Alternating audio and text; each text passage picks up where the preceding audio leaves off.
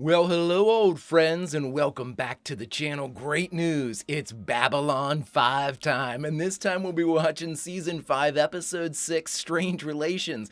I wonder if this has anything to do with Sheridan and Lockley.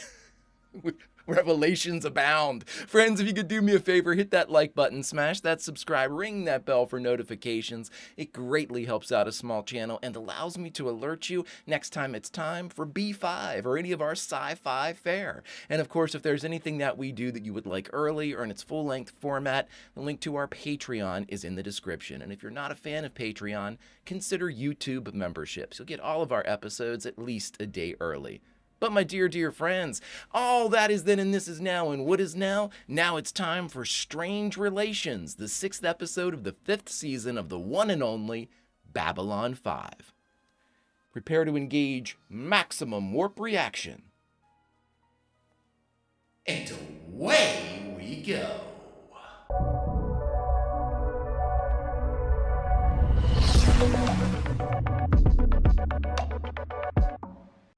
Good morning, Captain. Lockley, Do you mind if I walk with you for a moment? I have something to ask you.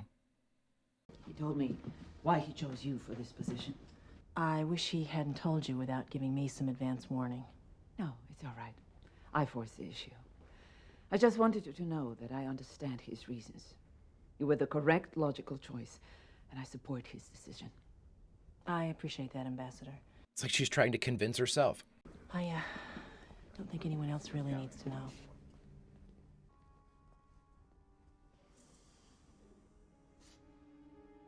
Jesus, Mike. Really? My man.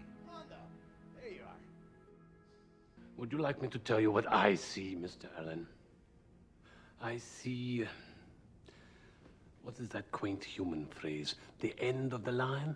Ha. The Regent is not well. For the next few months, I will be at his side as much as time allows. I will go there and come back here.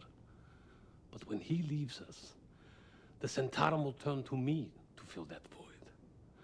When that day comes, Mr. Allen, I won't be back. I shall not return.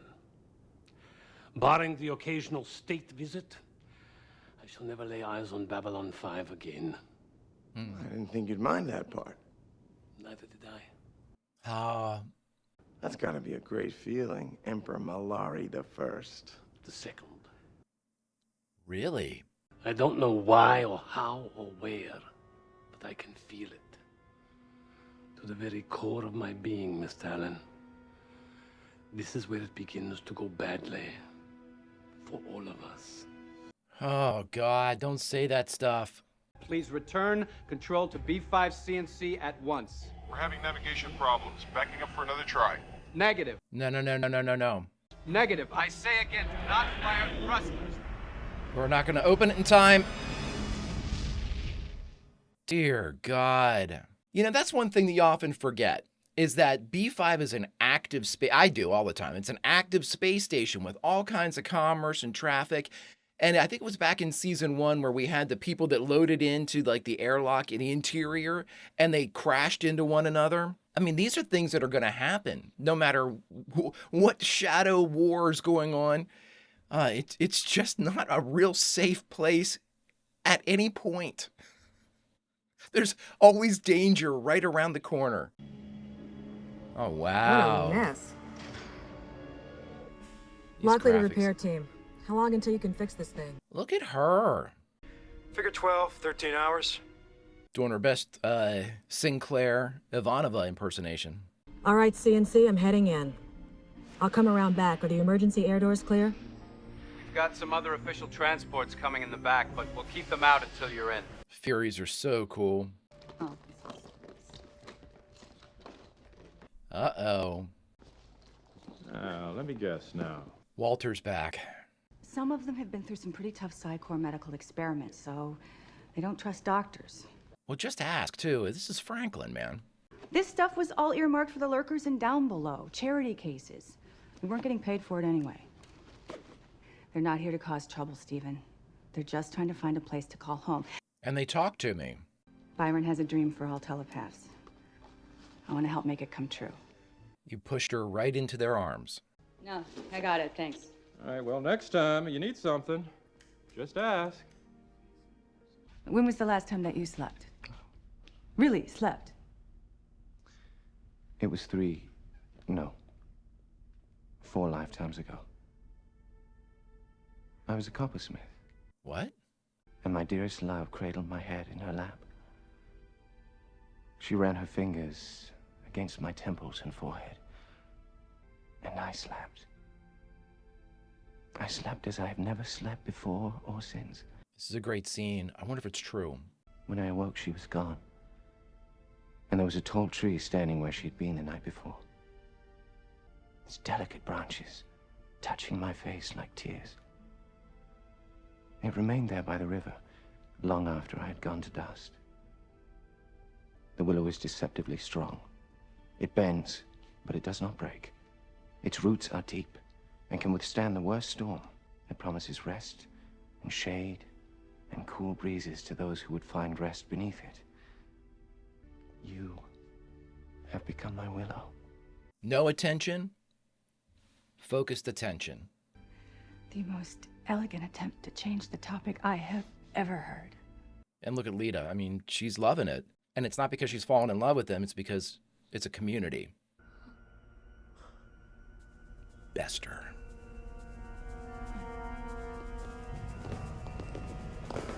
And friends. Open your thoughts. Take down the walls the Mondays forced us to live inside. Open your senses and feel. Are they coming for them? This will be interesting. This will be the first flex of B5's new power.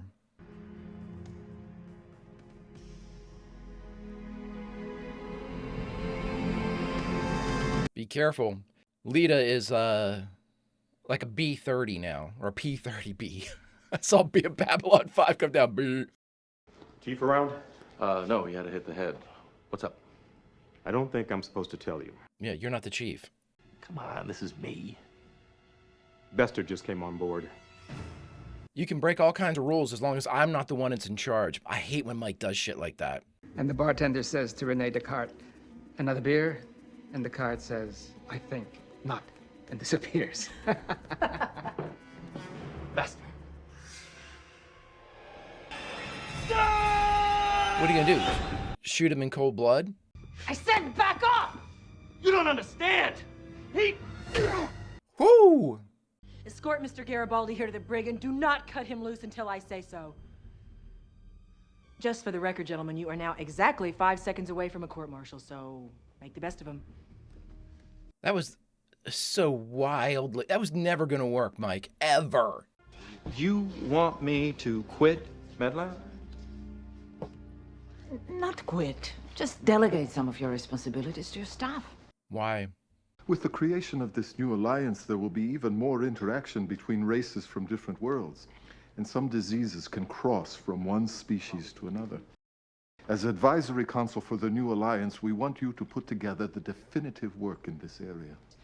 Now we want to send you out to member worlds to do first-hand research. We're sending Steven away. Many of the other races want to keep their medical histories confidential, but we'd love to have you take on the job, if you're willing. Hell yeah. Where do I sign up? We're not going to see Steven as much. Blah, blah, blah. Don't like it. He will be a fine addition to our team. Very fine. I agree. It's like we're giving excuses for everybody to rotate out every once in a while. I understand you've gotten a bit of a dust-up with Mr. Garibaldi. Well, that's correct, Mr. President. He burst in on a meeting and attempted to assault my guest. The reports do a very good job of putting across his side and yours. Now, would you like to hear my side, or would you rather continue shouting? If the latter, please let me know so I can sit down and get comfortable. Alrighty. Despite my objections, you gave the telepaths permission to form a colony here. You did not, however, grant them immunity from prosecution. They're wanted on a variety of charges by the Psi Corps.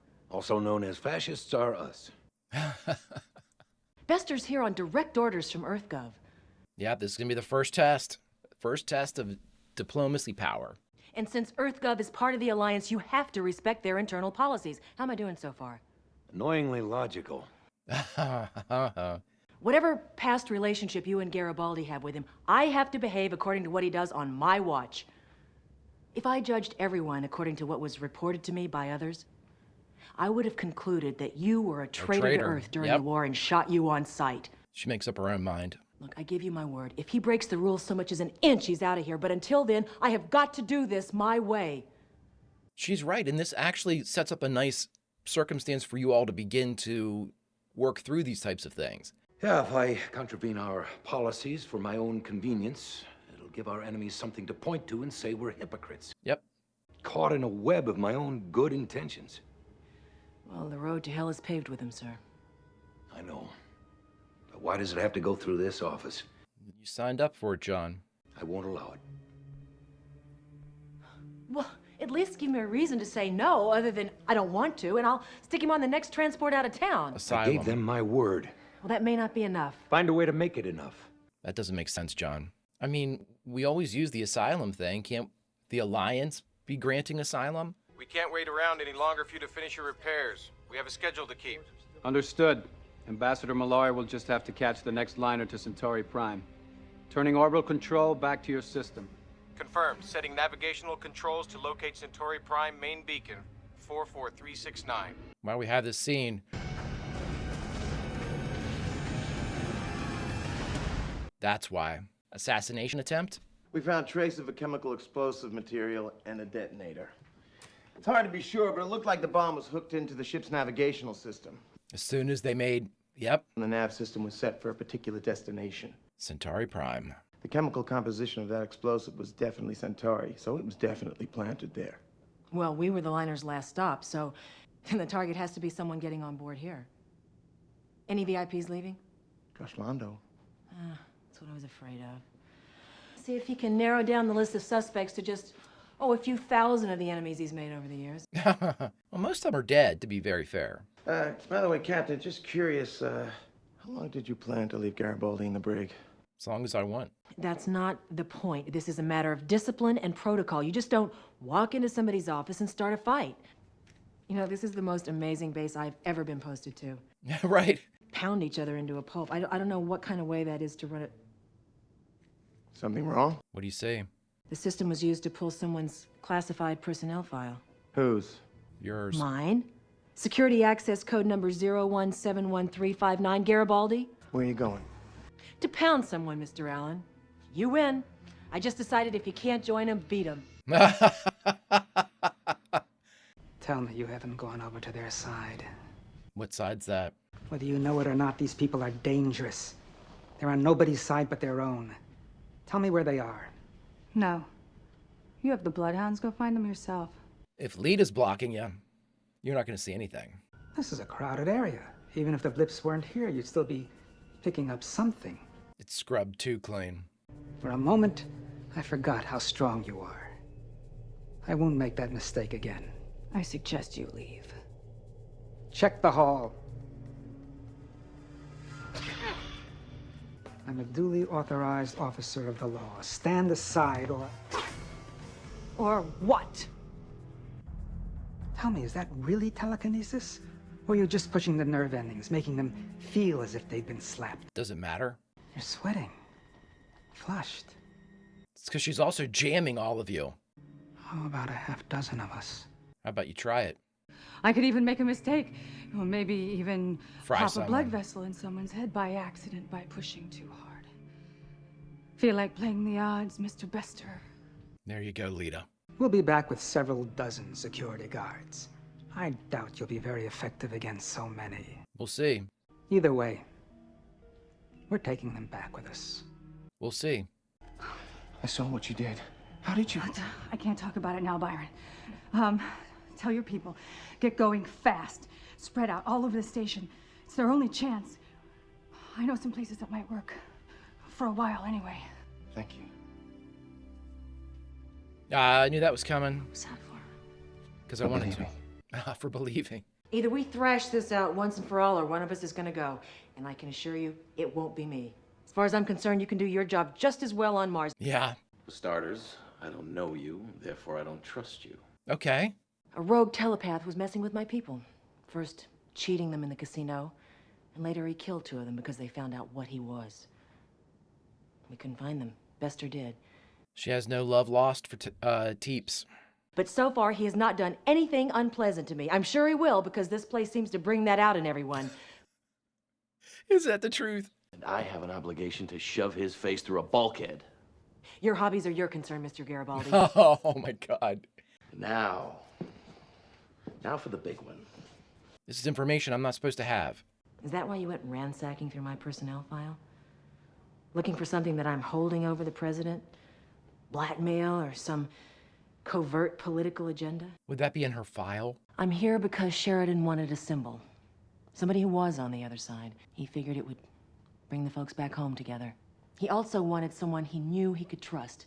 Someone he didn't have to worry about sandbagging him or stabbing him in the back when he wasn't looking. Why does he know he can trust you? And that's you. That's me. Why? I can't leave this room. I'm the soul of discretion. Yeah, right. I hate that he's going to get what he wants here. I don't like it. A very long time ago, Sheridan and I were married for all of about 3 months. Get out of town. Relationship I was expecting, marriage? Fell crazy in love, got married, realized we'd made a terrible mistake, fell crazy out of love, and split up. You see, in a relationship, you gotta take turns being in charge, but we're both going to be in charge all the time. But the bottom line is, he knows he can trust me, and I know I can trust him. And that's why I'm here. It's interesting. So, I guess I can go now, right? Right? No. Not as long as Bester's still here. No, it's not that I don't trust you, but I don't trust you. Right. I wouldn't either. Mike, you've done nothing to earn her trust. Help me, please!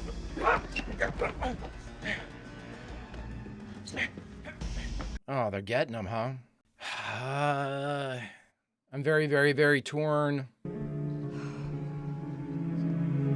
I'm not a big fan of Byron, but I love Lita.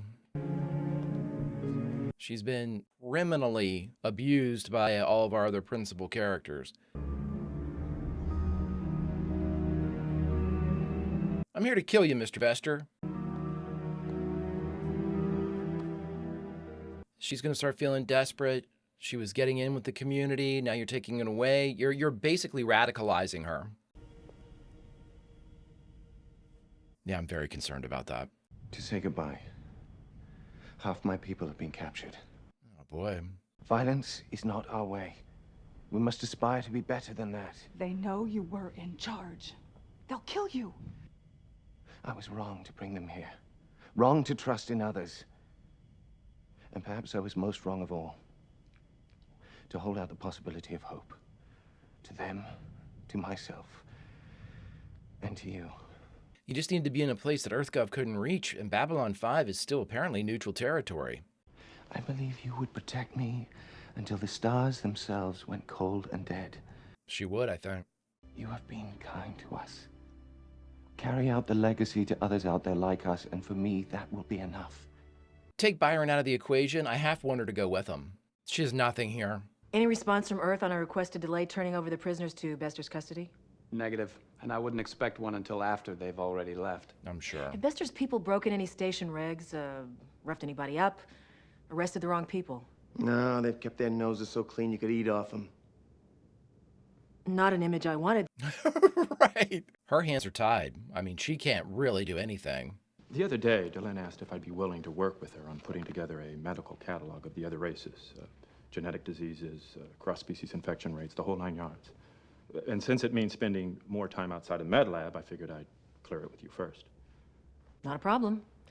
Dr. Hobbs can pick up any slack should there be an emergency. What are you thinking of, Lockley? That's why we have to come up with a system of standardizing lengths of quarantine and developing vaccines and... Could you put that in writing for me? She's going to quarantine the telepaths. I mean, John gave you the loosest definition of handle it, where she was like, you're not going to even give me any type of whatever. The cruiser that was going to take Londo back to Centauri Prime was sabotaged and destroyed. He has many enemies in the royal court. He has many enemies everywhere. It's what he does best. If we lose the Centauri, we lose one of our most important allies. So we cannot allow anything to happen. Are you putting Jakar on the hunt for Londo's assassin? You can't be serious. Just think what a symbol it would make to have a Narn guarding the life of a Centauri. Yes, it will mean my people will now have 2 targets to shoot at instead of just the... Right. That's a bridge too far for me, Delenn. You would naturally have to accompany him on all state business and be there to guard him. Remember how I was incarcerated and tortured on Centauri Prime by the prior Emperor? Okay. Just wanted to remind you in case that was forgotten. All right, Dylan, I accept. If only to see their faces. Thank you. This is the greatest challenge of my life. Why I'm thanking you for that, I don't know, but there it is. Thank you. I swear I think that was improv. That sounded improv. I can't wait to get them out of here. Unfortunately, there's been a bit of a complication. What complication? These telepaths have been traveling around for upwards of 3-4 years. Hell, they've been to planets that aren't even on the charts. They're drifters, Captain. It goes with the territory. I understand. We have to make sure they're not carrying any unidentified viruses. You can't be serious. Yeah. Earth Alliance medical routine number 725 IT7. Dr. Franklin just hit me with the paperwork a couple hours ago. No interstellar traveler who has been in unknown space shall be allowed within the borders of Earth control space until after a 60-day quarantine period. I can't take them. I'm saying you can't take them now. In 61 days. Let me at least take him.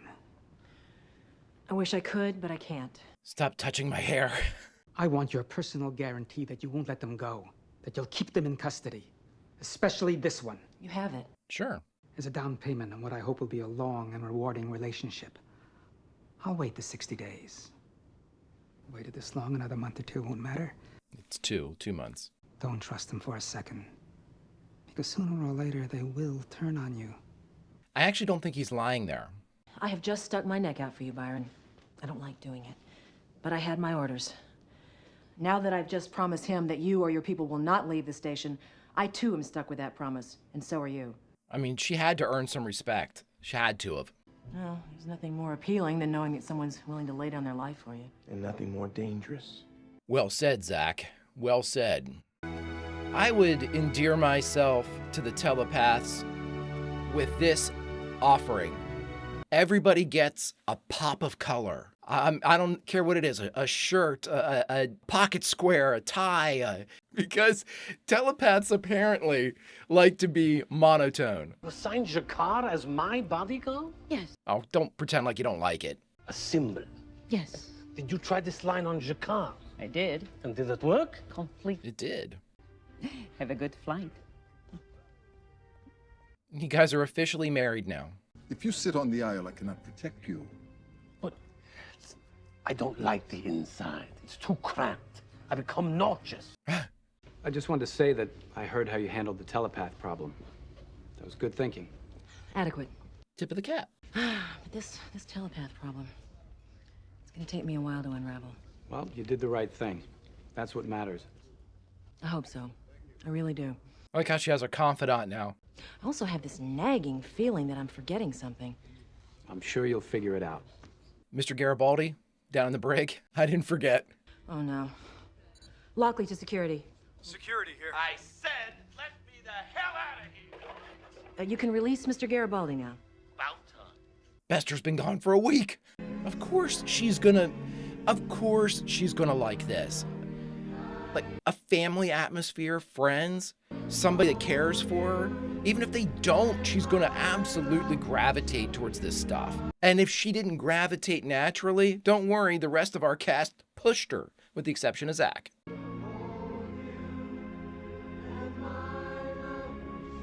Yeah, of course that's coming off. Ever since Susan's mom, even before that I should say, I've been very sympathetic for the telepaths. It's a terrible situation, not the Psychops. Sorry, I know. Core's mother, Core's father. All right, everybody, we just finished watching Babylon 5, Season 5, Episode 6, Strange Relations, and the only thing left to do is talk about it. All right, everybody, we just finished Strange Relations, the 6th episode of the 5th season of the one and only Babylon 5. Okay, so let's talk about Lita real quick. I mean, we could see this coming for a long, long time. And again, JMS designed it this way. There's no way. JMS is so good at every aspect of storytelling, whether it be the character interaction with the story or the story's interaction with the character. Everything is by design. Obviously, the man's a genius. So he wanted us to see what was going on with Lita. He wanted us to see that Lita was being pushed to the periphery by the rest of our core cast. With the exception of Zach, everybody has treated her poorly or ignored her. or they have only gone over and been nice to her when they need something, sort of like Mike. And again, this isn't damning to all of our other characters. I think it's, in a weird way, I've always thought that it's been a little forced, you know, how, like, especially John, how John is, at the very least, I guess the best thing you can say about him is he's very kind of neutral, very, like, clipped with Lita. He will tell her what he needs, he will leave. There's never any sort of like warmth that John normally is a warm guy, charismatic guy. His interactions with Lita are decidedly different, and JMS wanted us to see that. And he went through basically everybody. Everybody viewed Lita differently.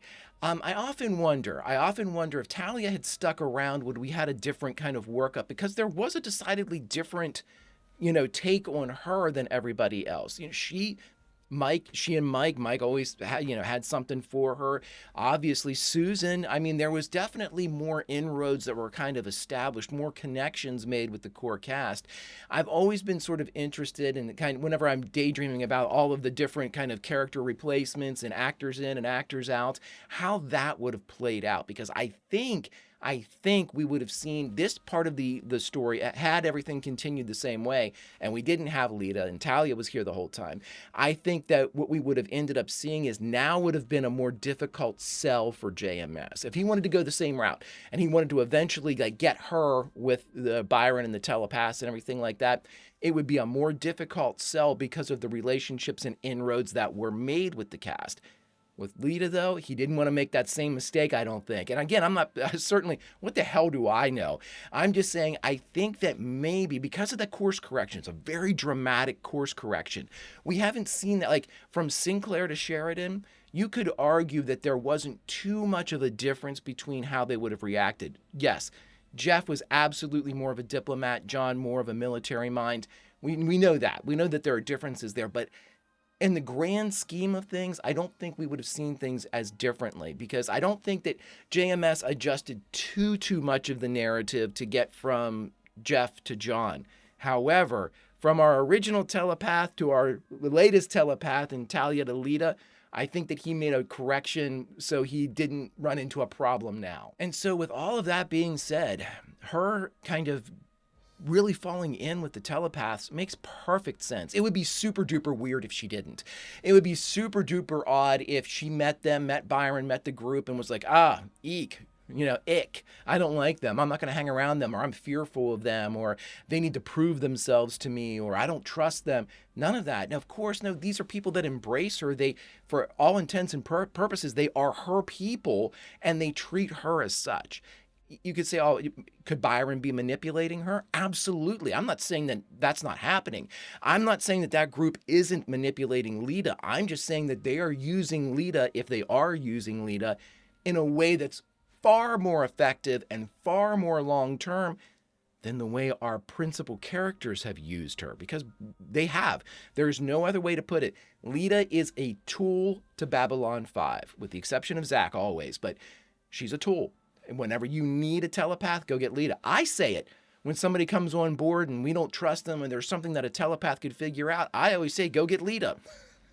And again, I like to think that I would probably have been nicer to Lita than everybody else, but who's to say? Who's to say in that world and the way that JMS wanted this story to go is exactly the way it went. And so here we are. Lita is absolutely, right now, if you pulled out a gun and you said, Lita, choose your side, she would side with the telepaths. I think that we have gone, maybe at the beginning of the episode, she would have stuck with the Babylon 5 crew. And not that there's been any big, like, break during this episode. I just think that there was another move and shift closer to the telepaths, and now I think she's firmly in their camp. And honestly, you could take Byron out of the picture with that. I mean, obviously they're bringing up some type of romantic relationship, or at least there's feelings that are being exchanged there, or he's manipulating. And I'm like, again, I am not selling out the idea that this isn't a huge manipulation by them anyway. They recognize somebody who's powerful, who could be a tool. They're just doing it in a different way. Let's leave that there. Lita is a tragic character for me. A tragic character, has been abused by the Vorlon. I mean, just throughout the course of everything, from all the way back in the Gathering forward, anytime we've had her, she has not had a good go of it. And I think With Londo's proclamation, this is where it all gets bad for everybody. I am very concerned. Now, I'll say this, and I've said it before, I hate when they have Mike do this type of shit. If we remember, when Mike was asked to go through somebody's personnel file, oh my God, how are we going to do this? When due process, when John wanted to, Mr. Morden, we wanted to beat the shit out of him and keep him locked up to find out about Anna. Mike was all about the regulations then. He was, I'm gonna resign. Here's my gun and badge. But it's not like I don't see the sides or see Mike's side or see John's side or in that particular exchange. It's the hypocrisy that I see now, because it's like Mike, in many ways, Mike is like Bones in Star Trek. He wants to be a contrarian. He wants it. When he picks his Spock, he wants to fight against that person. And if they take one side, he's going to take the other, no matter what. And it's always like that with him. If he wants to take the side of the law and the rules, he's going to be its most stalwart defender. And if he wants to circumnavigate, or hey, why don't we just give me that personnel file? And I'm going to sneak around, and when I'm, this is how you break into Babylon 5 and sneak contraband in. All of a sudden, Mike's a criminal mastermind, or whatever. You guys see the difference that's there. I just don't. I mean, I understand that Mike, kind of at his heart, is sort of like an investigator, sort of like a detective. But at the same time, you have to give him he has to have his own set of rules that he follows. And I mean, you can't just be, my rule is act the opposite way of everyone else, or my rule is whatever works. I don't know. It's just such chaos. And I guess that must be Mike, but I just don't like when they do this sometimes. It's not that I think it weakens the character. I think it makes him less likable. Does that make sense? And I love Mike, and it just, I don't know. It's like a character trait in one of your really good friends that you wish they didn't have. Let's end with this one. The Lockley Sheridan reveal is very interesting to me. Actually, this second to last thing we'll leave on. I was expecting a romantic relationship, because otherwise Delenn never would have acted that way. And again, in a weird way, I'm not real sure that Delenn would have acted that way. But now knowing, because that was my big thing. I'm like, why would Delenn be upset about a prior physical relationship or something? Would it be just kind of a reminder of like Anna or how that turned out or whatever? I can understand that. But I think now looking back on it and seeing Delenn's reaction, because we never heard what it was from John, we just cut to them in bed. Delenn understanding that this was marriage. Now, marriage is way different. We saw everything that Delenn and John had to go through for like the Minbari side of everything, everything, all these rituals, all these 3 nights and all this stuff. So I can understand her seeing it as a bigger deal maybe than even what Lockley and John are kind of considering it. It was 3 months, we fell out of love, blah, blah, blah. I can understand Delenn being like that. And I can also understand, Delenn, the bigger person, came forward and mentioned it. I do like that Lockley was like, I would have loved if John had given me just a smidge of a heads up that you were coming to ask me or talk to me about this particular topic. It would have been nice. And so I really like Lockley's character. I think that she's playing things very openly, and I think she's establishing exactly what you can expect from her, and I love that. It's in many ways, it's very much like when we first met Susan. We know where we stand with her. I like that. I like that, especially now when things are getting as chaotic as what they are. Now, the last thing I will end with is this. It looks like, and again, I don't know if this is because it was an 11th hour, 5th season has been greenlit. We had a lot of people that maybe already had prior commitments. It seems like they're trying to rotate actors or give excuses for actors to do other jobs. It really looks like that. Londo back and forth with Babylon 5. The ambassadors have always come and gone, so that's not a big thing. But now it's Franklin. Franklin's going to be coming and going. Mike might be on Mars and then back here. We've hardly seen John. For the first couple episodes that we've had here is the least we've seen Bruce Boxleitner the entire time. I don't think we've gone through 6 episodes in any season, not 6 consecutive. I'm talking 6 episodes, period, with so little of John in it.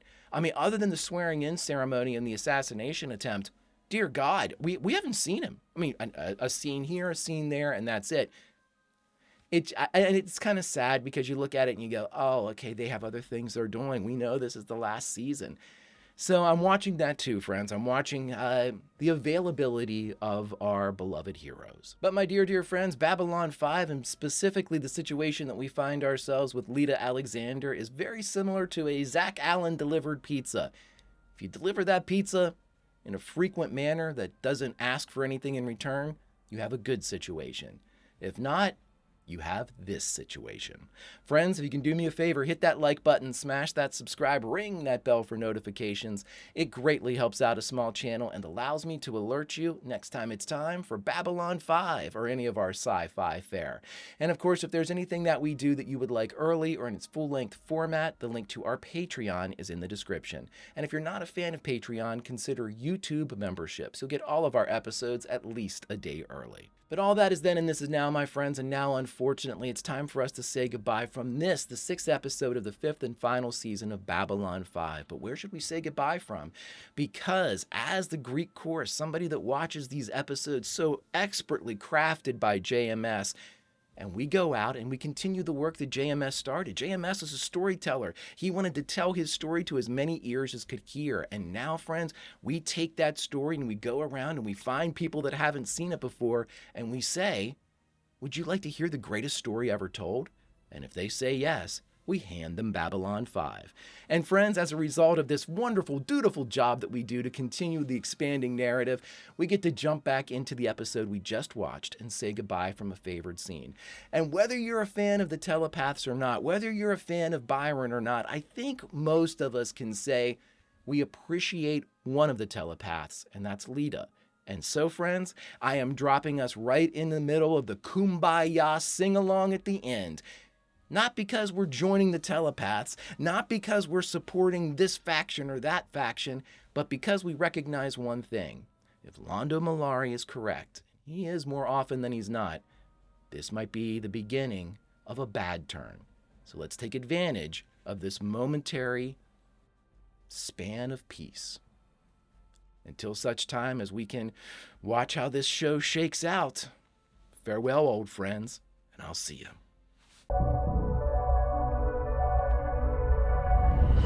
Thank you.